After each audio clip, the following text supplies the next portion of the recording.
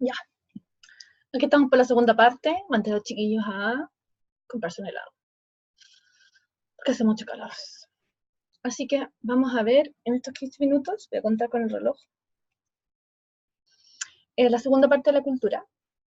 Lo primero es cómo se forman las culturas. Nosotros dijimos que habían valores, creencias, supuestos, ¿cierto? Artefactos, que eran los elementos de la cultura, que se van creando en el día al día, en la medida que vamos haciendo las cosas. No nos damos no mucho cuenta, pero voy a tratar de explicárselo gráficamente. Todas las personas que forman parte de una cultura no piensan igual, pero sí tienen una práctica similar. Dentro de la cultura hay innovación también, hay personas que surgen y traen de afuera de lo externo temas contingentes para poner dentro de la cultura, y la cultura puede ser que los recoja, o puede ser también que los rechace. Y en la medida que la cultura tenga más coherencia interna, es decir, cuando hay más acuerdo en las prácticas que se llevan a cabo, es más sólida, ¿ya? Entonces, por ejemplo, si una organización, una persona quiere gestionar un cambio, voy a inventar, ¿no es cierto? Un cambio que implique cambiar la forma de la intranet y la comunicación que tenemos. Hago un plan de comunicación interno súper distinto, pero la gerencia no le parece muy bien, y los otros gerentes tampoco, y si los líderes se resisten, no va a funcionar. Pero siempre cuando hay cambio en la cultura es porque alguien trae una innovación de afuera. Entonces, hay como dos fuerzas dentro de las culturas. Una fuerza que lucha por contenerse y conservarse tal cual, y una fuerza que es la que va a traer el cambio, a proponer cambio, y va a generar, ¿cierto?, estas propuestas dentro de la cultura. Lo que hacemos nosotros, si nosotros como cultura empezamos a practicar, a hacer acciones que impliquen cambio, ese cambio probablemente se va a empezar a instalar y va a surgir, y después ya va a ser tan normal que es haber normalizado, que ya va a ser parte de nuestra cultura y no nos vamos a acordar cómo lo hacíamos antes, ¿ya? Piensen ustedes en los celulares.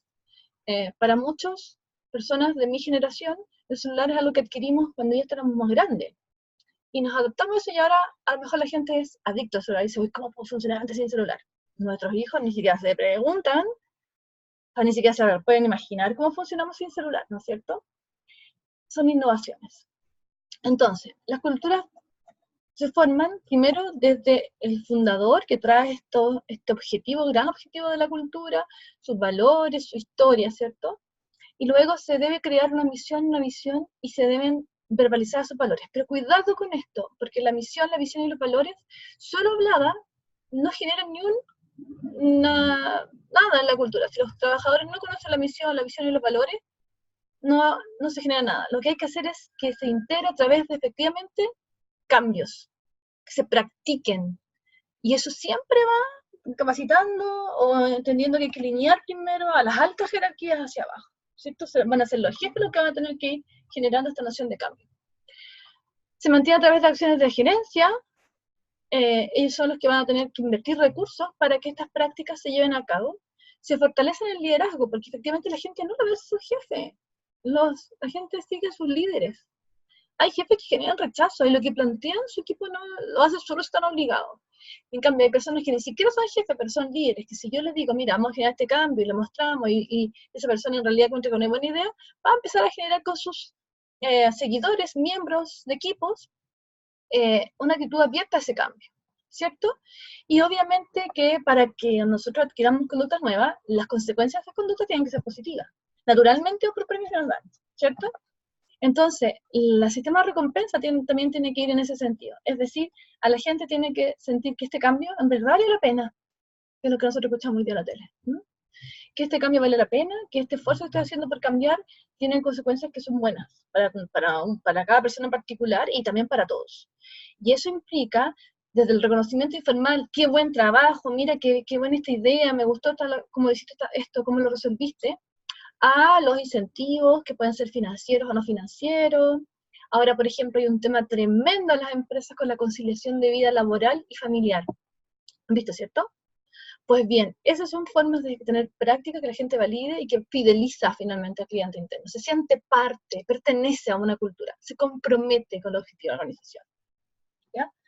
Entonces, si bien esas prácticas se van repitiendo, se convierten en costumbres, en tradiciones, y entonces cuando nosotros preguntamos, ¿cómo se hacen las cosas aquí?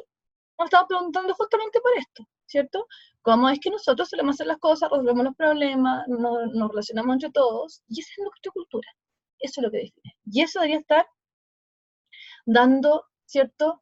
La idea de cómo es la misión y la visión que se vive. Ojalá que sea la misma que se enuncia. Por eso también se traducen los valores. Si yo digo que en esta organización un valor trascendental es el trabajo en equipo, el cuidado de la gente, el buen trato, tengo que cumplirlo.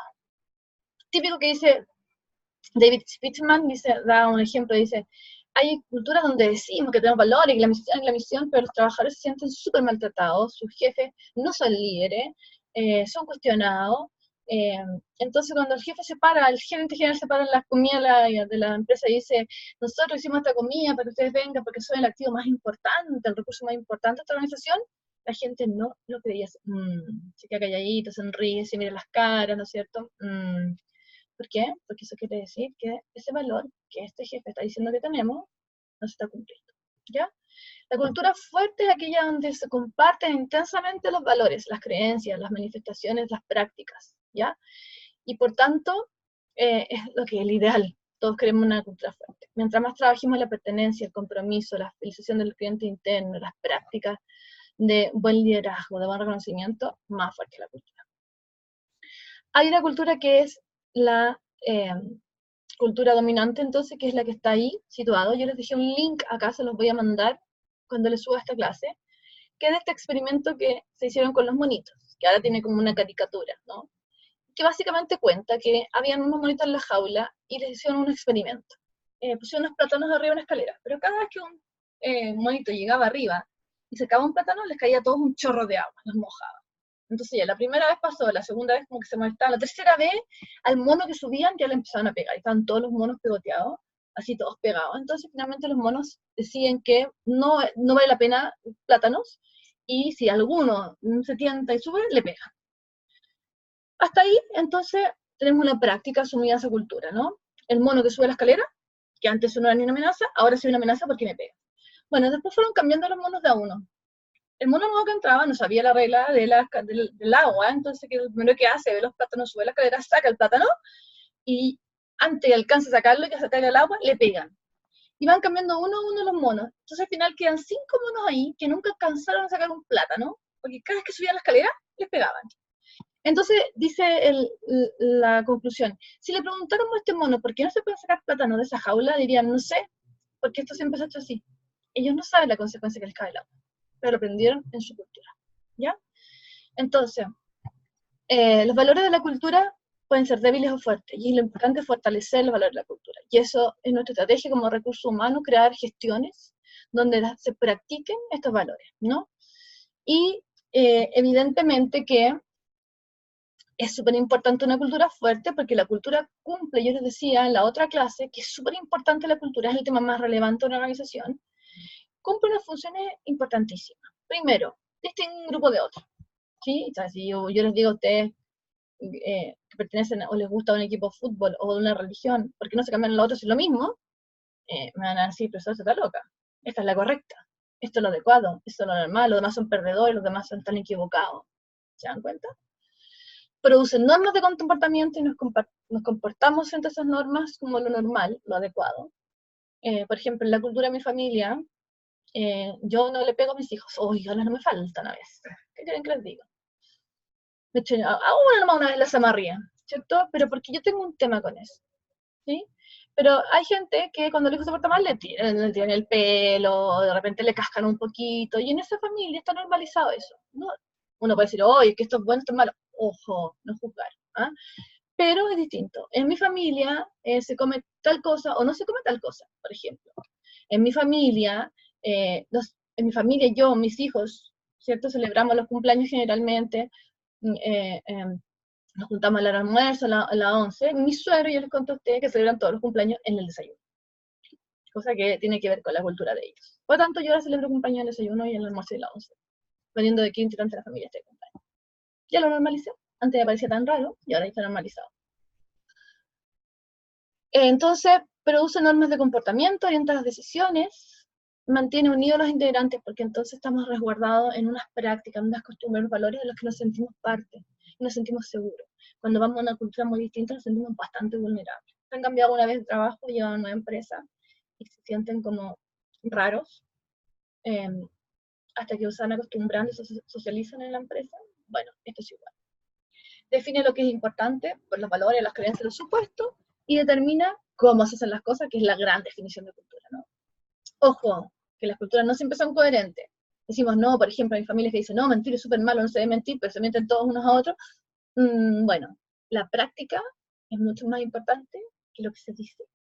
Por eso nosotros en Recursos Humanos trabajamos a nivel de práctica, lo que hacemos, porque si no el discurso queda en el aire y no es creíble. ¿Ya? Además, la cultura, en la medida que la empresa va avanzando, hay gente que entra y que sale, entonces no podemos pensar que todo el mundo está culturizado igual.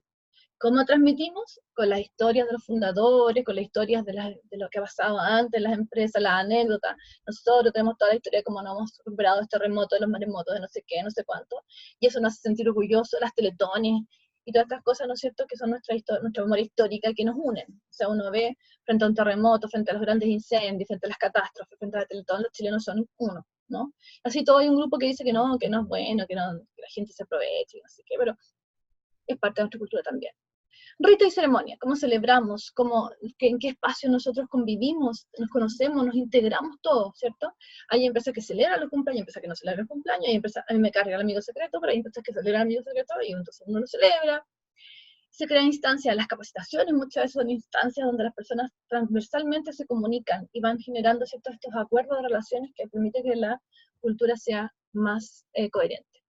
Símbolos materiales, nuestros logos, nuestros colores. A ver, les voy a poner una polera de Duoc o de Yep. ¿Les gustaría? Sería como raro, ¿no? Sentirían que no es lo suyo, ¿cierto? Yo estoy acostumbrada porque hemos hecho clases en distintos lugares, funciona a todos lados. No, tampoco. Pero obviamente que uno está acostumbrado al verdecito de Santo Tomás, está acostumbrado, ¿cierto?, a sus colores tradicionales, de la roja. Imagínense que ponemos a la roja ahora a jugar con una camiseta que en realidad es albiceleste, porque son lindos esos colores, se ven como nubecitas en el cielo. Yo creo que causa un impacto, ¿no? El lenguaje, la forma de comunicarnos. El primer precursor de un cambio en la conducta del lenguaje así potente fue Walt Disney, que instauró en su oficina el hablarse por su nombre y no por señora. Porque usted me tiene que decir mi señora Sarraf, si estuviéramos en esa época viviendo, ¿no? Y yo tendría que decirle ustedes por su apellido. Es más, yo sería señora Sánchez, porque yo sería la señora de Sánchez. Qué terrible, ¿no? A mí no me compró mi marido, por lo menos. No es que no me guste su apellido, el apellido de mis hijos, pero a mí es importante mantener mi identidad. Pues bien, si usted se casa en otro país como Estados Unidos, usted pierde su apellido probablemente, o tiene que escoger un apellido como en Brasil. Y es difícil eso. Entonces Walt Disney empezó a que la gente se tratara por el nombre, que tuviera una comunicación mucho más informal, que no se vestieran tan formales, compartían espacio, los comedores se empezaron a generar donde las personas se podían sentar mezcladas y no por áreas de trabajo, etcétera, ¿no? Y eso cambió la cultura. Disney la hizo mucho más cercana a las personas. Las características de las organizaciones, ¿cierto? Tienen además normas éticas elevadas. Cuidado, aquí hay organizaciones que tienen marcos éticos distintos. ¿Cuánto toleran el riesgo? ¿Cuánto toleran la agresividad? Hay culturas que tienen más tolerancia a la agresividad y permiten tratos más fuertes. ¿Cuánto, cierto? ¿Cómo es el enfoque a los medios y a los resultados? ¿Qué nosotros tenemos definido como resultado y qué tenemos definido como medio? Y no me digan que no, porque es típico de una cultura consumista que el medio, que es la plata, para tener resultados, finalmente la plata se vuelve un fin en sí mismo. ¿Se han fijado? Prácticas de gestión, etc. ¿Ya? Y bueno, también la idea es practicar estas normas éticas y estos valores porque se vuelven un ejemplo. Además, comunica las expectativas. Esto es súper importante. Por ejemplo, cuando yo le digo a un hijo mío, lo reto, le digo que esto no me parece bien, yo también estoy dando otro mensaje para abajo, estoy diciéndole, yo espero más de ti. Y yo le digo a un hijo mío, adolescente, oh, si yo lo único que te pido es que no la embarrí. Estoy diciéndole, yo no espero nada de ti.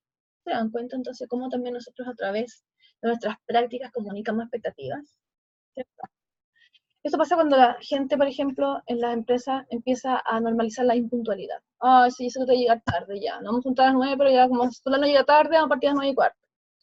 Esto va generando expectativas también. Y una recompensa a la impuntualidad implica, ¿cierto?, empezar a compensar al irresponsable. Y la gente entonces empieza a aflojar la responsabilidad. ¿Por qué va a llegar a la hora yo si todos llegan tarde? Recompensar los actos éticos y castigar lo poco ético.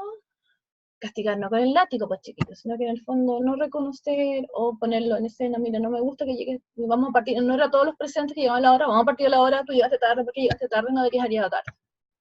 Y proporciona, mecanismos de protección. ¿Ya? Nosotros vamos a construir una cultura positiva que se basa en fortalecer a los colaboradores, más que estar pensando qué les falta, qué hacen mal, pensar qué hacen bien. ¿Cómo pueden hacerlo aún mejor? Es distinta la mirada, ¿no es cierto? Y esa mirada también tiene que estar alineada a los líderes. El recurso humano no trabaja solito en esto, porque si no es una voz que clama en el desierto. Tiene que trabajar afiatado con los líderes. Los líderes son los que finalmente a sus trabajadores les va a crear esta cultura positiva. Nosotros ayudamos a generar las prácticas, ¿cierto? Se fundamenta en descubrir, compartir y construir sobre las fortalezas de cada miembro. ¿Qué es lo que tú aportas a la organización? Cada persona en este país debería saber qué está aportando a su organización ahora.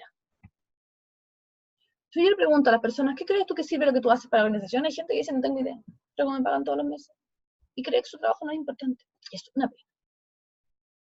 Pone de relieve la vitalidad y el crecimiento individual y el reconocimiento, ¿cierto? Es importante reconocer lo bueno. Nosotros venimos de una cultura que es con tu deber cumples, y eso no debe ser. Debemos reconocer lo bueno. Los millennials, que son tan, ustedes algunos son millennials, otros no, tan vilipendiados cuando nosotros hacemos capacitaciones en la jefatura, siempre se quejan. Pero los millennials nos han puesto esto en la cultura. Dicen, oye, nosotros queremos que nos digan que hacemos bien. Nosotros también queremos saber que a ustedes les gusta lo que yo hago. Y es un tema importante. Por eso también la recompensa tiene que ser mucho más, por eso me lo salté, ¿cierto?, seguida que el castigo. En vez de estar siempre corrigiendo lo malo, que es bueno también decirle a la gente cada vez que hace algo bueno, lo bueno que hace. Y fíjense que la gente en el día hace mucho más cosas acertadas que errores que comete. Lo que pasa es que nosotros tenemos críticos y nos fijamos en los errores. Pero por cada error hay como 10 cosas acertadas y buenas que se hacen. ¿Ya? Y ayudar a los empleados a aprender y crecer en sus puestos y carreras. Eso por ahora los dejo. La próxima semana les subo las clases siguientes. Estoy tratando de grabar y subir. Así que besitos, cuídense mucho. Chao, chao.